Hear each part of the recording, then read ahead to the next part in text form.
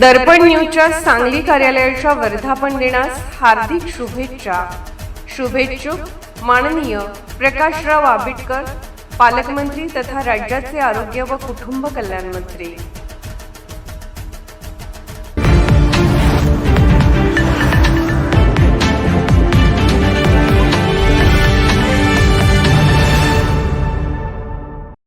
महाराष्ट्र राज्य आर्थिक अडचणीत सापडल्याने विकासक व कंत्राटदारांची प्रलंबित बिले देण्यासाठी शासनाने निधी उपलब्ध नसल्याच्या पार्श्वभूमीवर सार्वजनिक बांधकाम विभागाच्या परिसरात कोल्हापूर जिल्हा शासकीय ठेकेदार संघाच्या वतीने सुरू असलेल्या बेमुदत आंदोलनाला आता व्यापक पाठिंबा मिळू लागला आहे.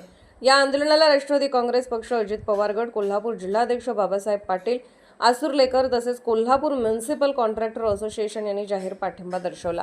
यावेळी बोलताना बाबासाहेब पाटील आसुर्लेकर यांनी ठेकेदारांच्या प्रलंबित मागण्या शासनापर्यंत तात्काळ पोहोचवून त्या लवकरात लवकर मार्गी लावण्यासाठी प्रयत्न करण्यात येतील अशी ग्वाही दिली. ठेकेदाराच्या न्याय्य मागण्यांकडे शासनाने गांभीर्याने लक्ष देणे आवश्यक असल्याचेही त्यांनी नमूद केले.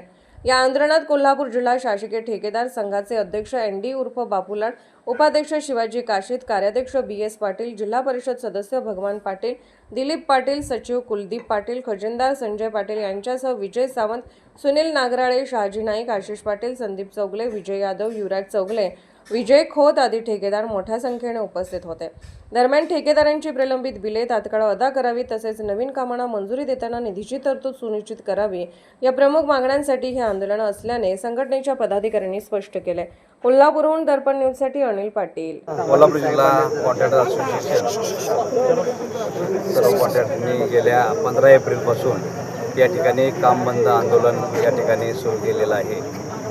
त्यांची जी मागणी आहे ती रास्त आहे, कारण गेल्या 2-3 वर्षामध्ये बँकामध्ये कर्ज काढून त्या ठिकाणी त्यांनी काम शासनाचं जरी असलं तरी आपलं काम म्हणून त्यांनी काम पूर्ण केलेलं आहे, परंतु त्याचे पैसे मिळत असताना त्यांना 5%, 6%, 10% याच्यावरती मिळत नाही.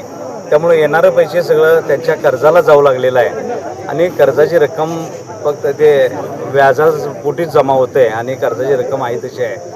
त्यामुळं त्यांची एकच मागणी आहे आणि ती रास्त आहे की जुन्या कामाचं पैसे दिल्याशिवाय शासनानं नवीन कामं या ठिकाणी काढू नयेत आणि नवीन कामं काढत असताना पूर्ण पैसे पहिले जुने कामाचे द्यावे.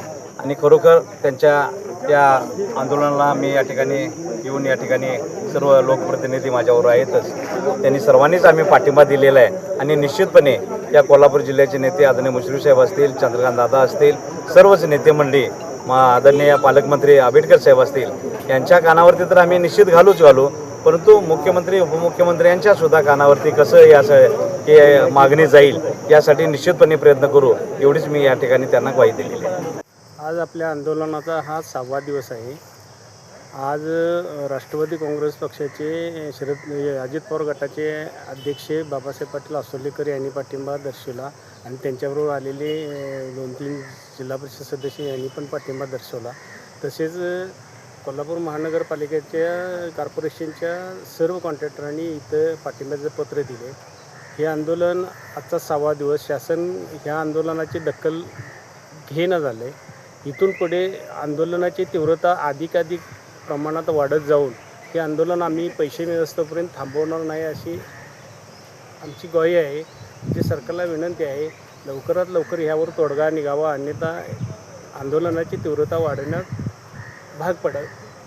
याला सर्वस्वी जबाबदार सरकार आहे. निर्भीड बेधडक बातमीसाठी दर्पण न्यूज चॅनलला लाईक करा, शेअर करा, सबस्क्राईब करा.